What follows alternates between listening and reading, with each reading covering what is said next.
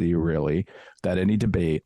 That's 4,000 plus pages and almost $2 trillion. And actually, it's more than $2 trillion when you really think about it, because a lot of these programs that are tucked into the bill are forever. It is so.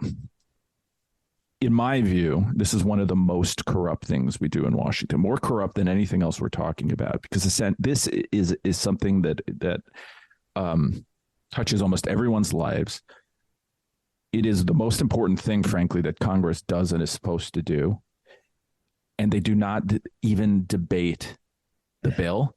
Right. I actually kind of want to step back and just remind people, a budget is a policy document. Like, if you have trouble with the way the federal government is doing something, the number one way you can deal with that is through the budget. So if you have a problem with the way the Department of Justice has created completely competing rules of law for, like one standard for political allies and one for opponents, and you don't like the way they're going after parents at school board meetings or political opponents, or letting rioters from 2020 go free with no problem, but, raining hellfire down on the January 6th rioters. The only time you really can do anything with teeth is in the budget.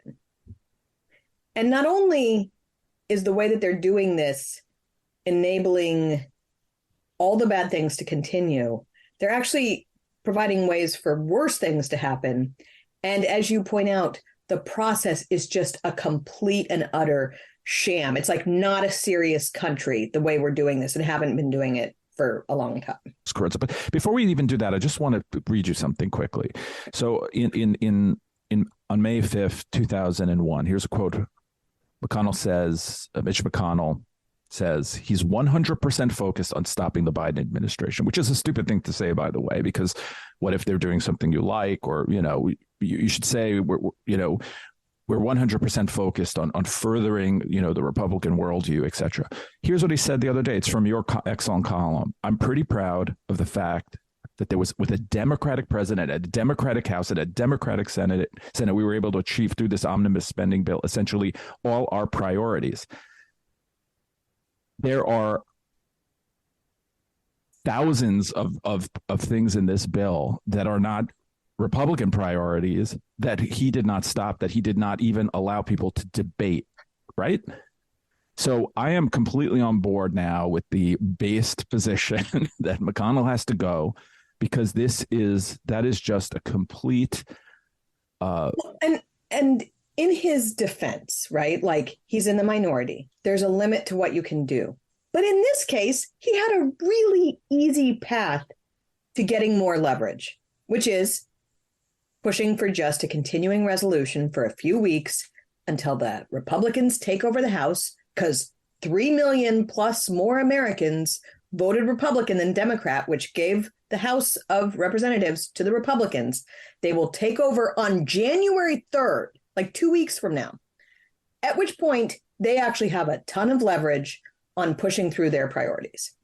There was this constant and he could have waited, and he didn't. Yeah. So this is like, supposedly he's really great at blocking Biden or blocking Democrats or stopping bad things. He actually went out of his way to push this through so that there wouldn't be a chance for Republicans to weigh in. He's praising the bill. He didn't do it. He might not be able to stop it, but he can make the moral policy case against it. But he's praising the bill. He's praising a bill that gives more, billions in earmarks that are, some of them so preposterous and ridiculous, that strengthens the National Labor Relations Board. That there's so many bad things in this bill. Of course, there are some things that Republicans like. That's why they tuck everything into this giant bill so that everyone can get what they want. It's got bipartisan corruption. 2% of things for Republicans. The rest is for.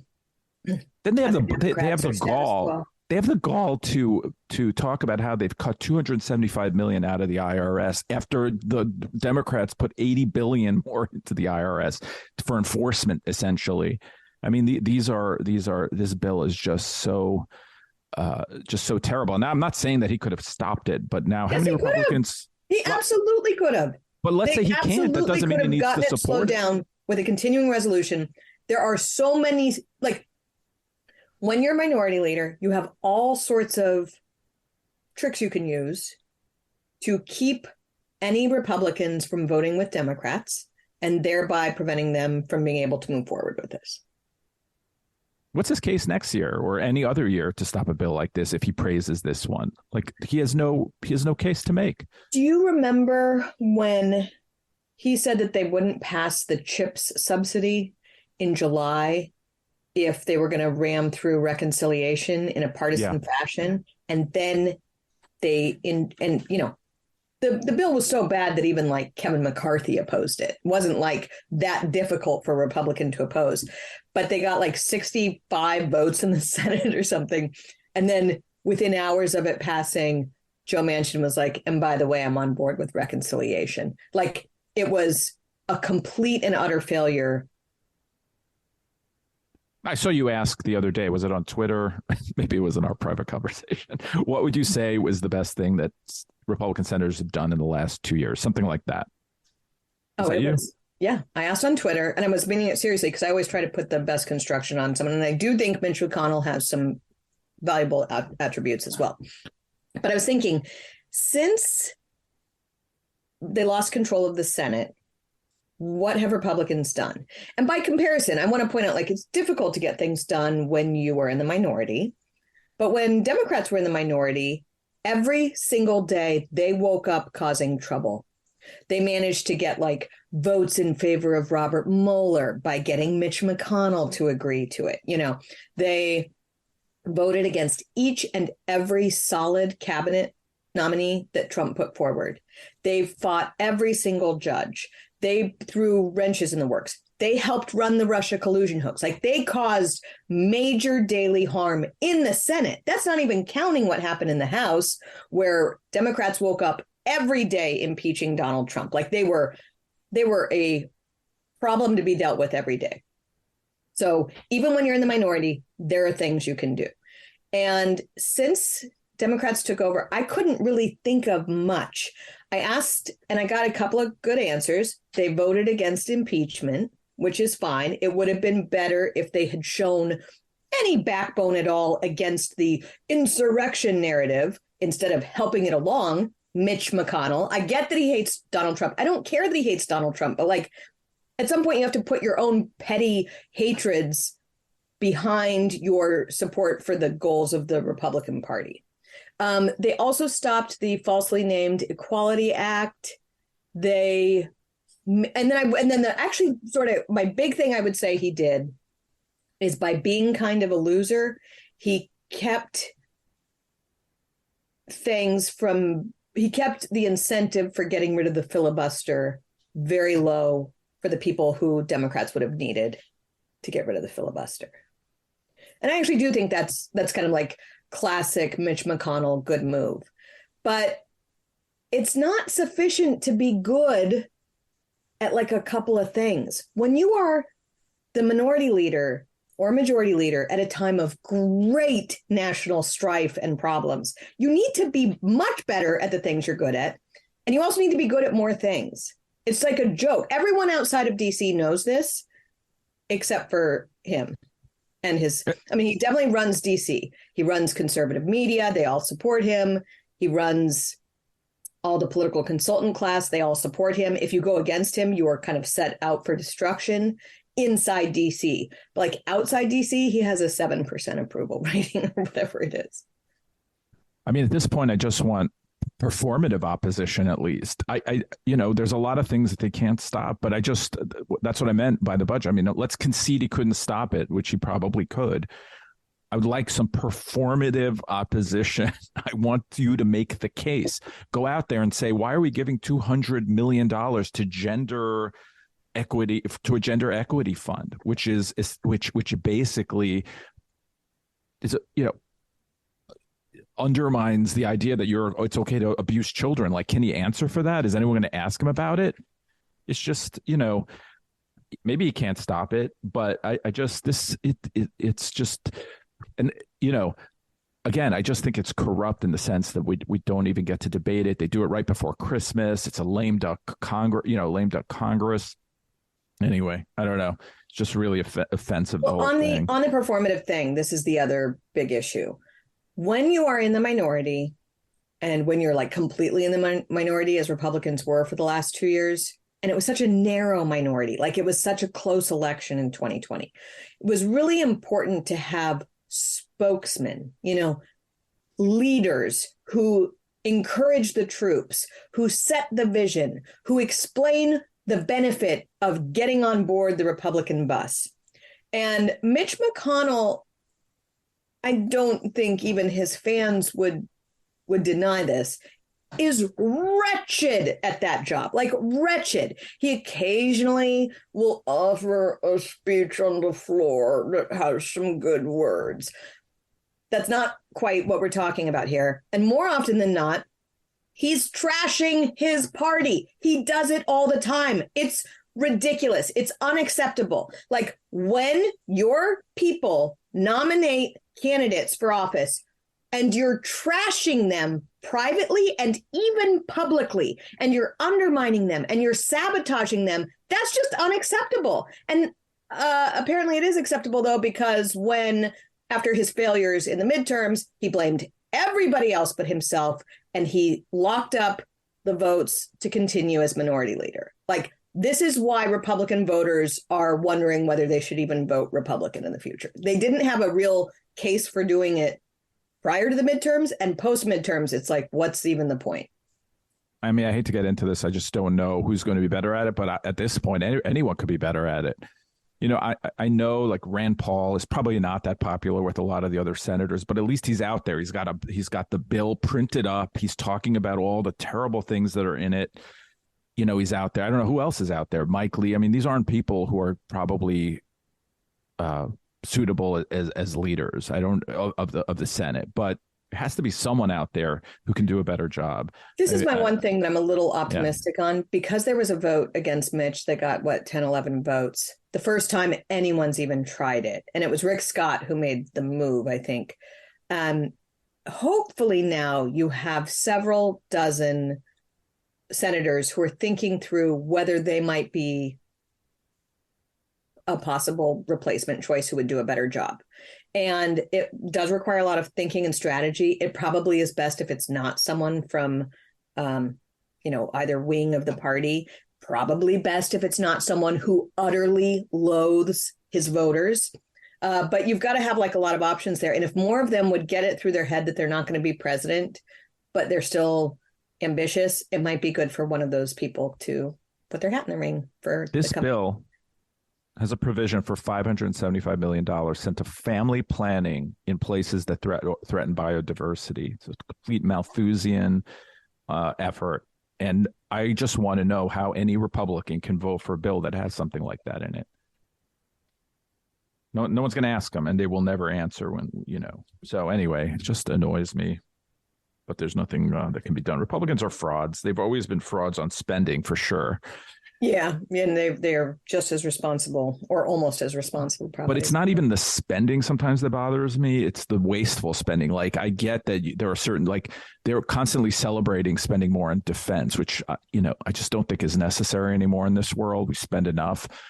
But now they just gloss over all the other spending as if it doesn't even matter. So if you want changes in how things are done, you don't give people more money to do them. So Republicans have talked a big game about the destruction of the military, the wokeification of the military, the idiocy of the vax mandate and removing all of the best military members through the vax mandate.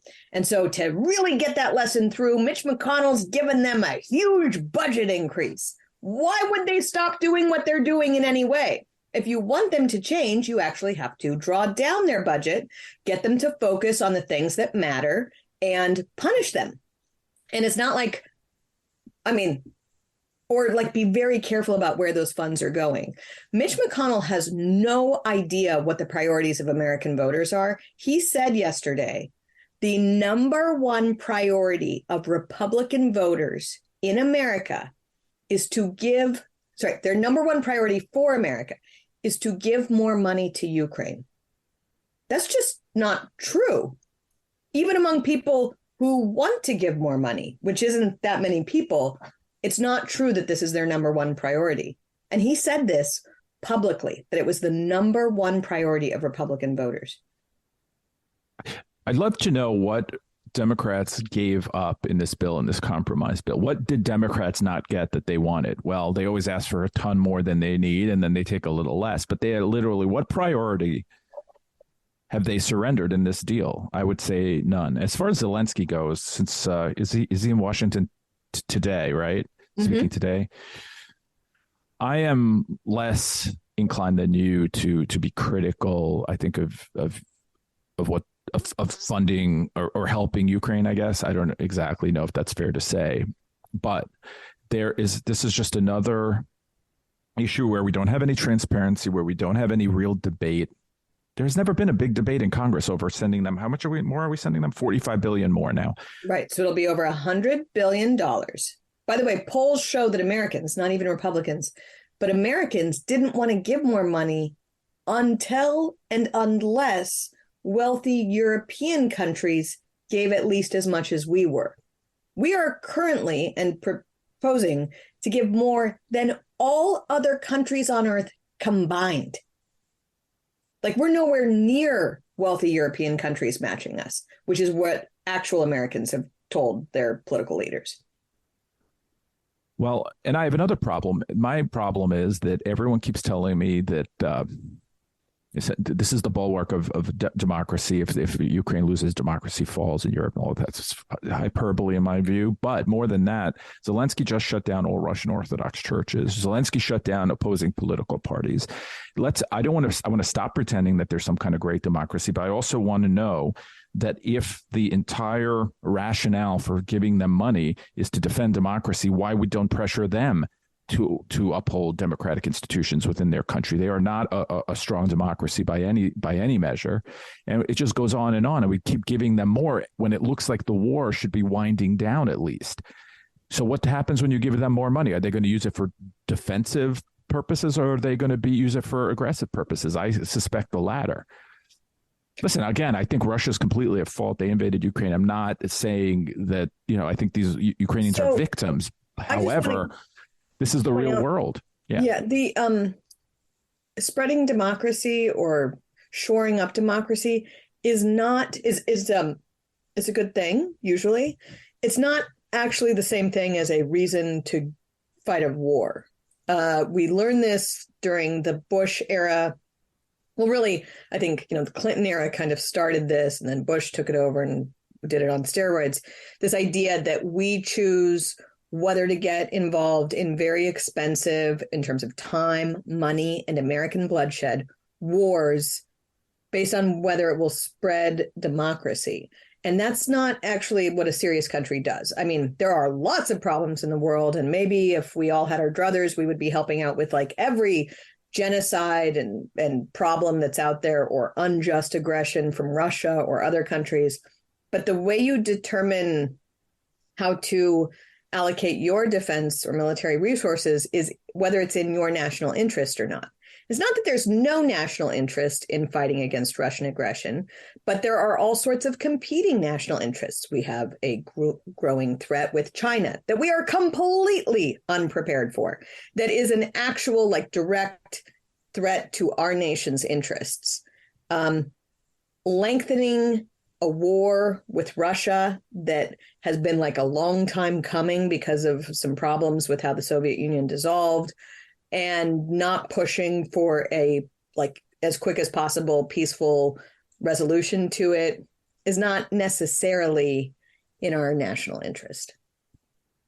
Well, I think there's a distinction to be made. I think it's in our national interest to help democratic nations grow and become freer, because I think that's better for world peace and things like that. But I think there's a difference between that and imposing democracy on a nation that has no interest in it, frankly, as far as its people go. You have to fight for your own freedom, or it's really not going to be worth much.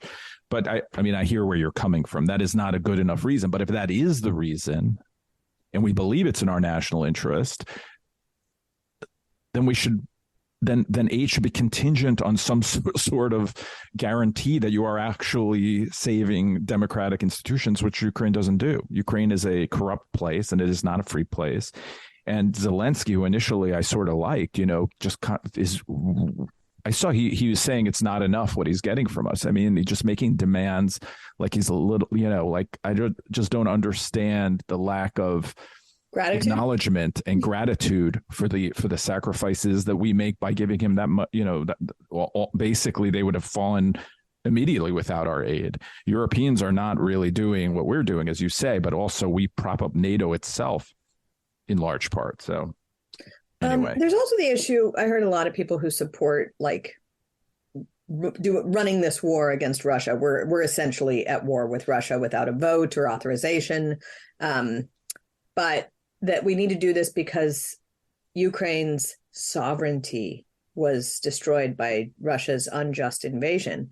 And it is true, Russia unjustly invaded them. It is just hard to take seriously from the same people who care nothing about our nation's sovereignty and are going out of their way to make sure that we are not a sovereign nation with borders.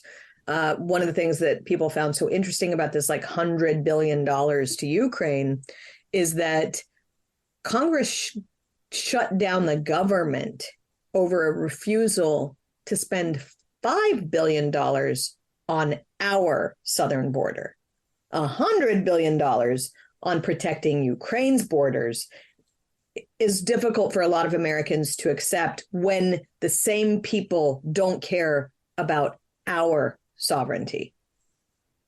I don't think it's completely analogous, but I will say that it is true, and I believe completely now, that Democrats want anarchy on the border, that they do not want border enforcement. They won't, even in this omnibus bill, I forget the exact wording, but there is something about not being able to spend money on certain kind of border enforcement, which is insanity. You should allow you should allow the best practices, the best, technology to be used at the border to stop what's happening there, which is insane. No, we must be the only country that allows this sort of thing to go on, right? I just can't. Maybe Mexico has a similar problem with Guatemala and other countries there, but the numbers are not even close, obviously. And as shown in the Federalist mini doc, Cartel Country, this is a serious human rights problem that we are aiding and abetting by letting cartels completely run our border and immigration system. And people who come into the country and aren't available, I hate the term, but who live in the shadows, you're creating a crisis for them as well. They cannot integrate into society here, but of course, Democrats want to legalize all those people and give them amnesty for breaking the law. And, it's just going to become a huge problem. I thought that people would be upset about this, but in the midterms, they didn't seem that upset about it, frankly. And, we have a situation at the border now, which is worse than it's ever been in history. Again, 3 million more Republicans got more than 3 million additional votes than Democrats got. In fact, people showed extreme changes in their voting behaviors in support of Republicans and against Democrats. We talked about it in a previous episode, how Republican failure to understand that Democrats now run ballot harvesting operations instead of elections enabled them to hold on to some key House and Senate seats. But that's also on Republican leadership for just soiling their beds in how they run elections. Yeah, I mean, my pushback against that the other week when we got a little heated was simply that I just don't blame Mitch for all of those problems. I think that there is plenty of blame to go around, and that was my only point. I believe that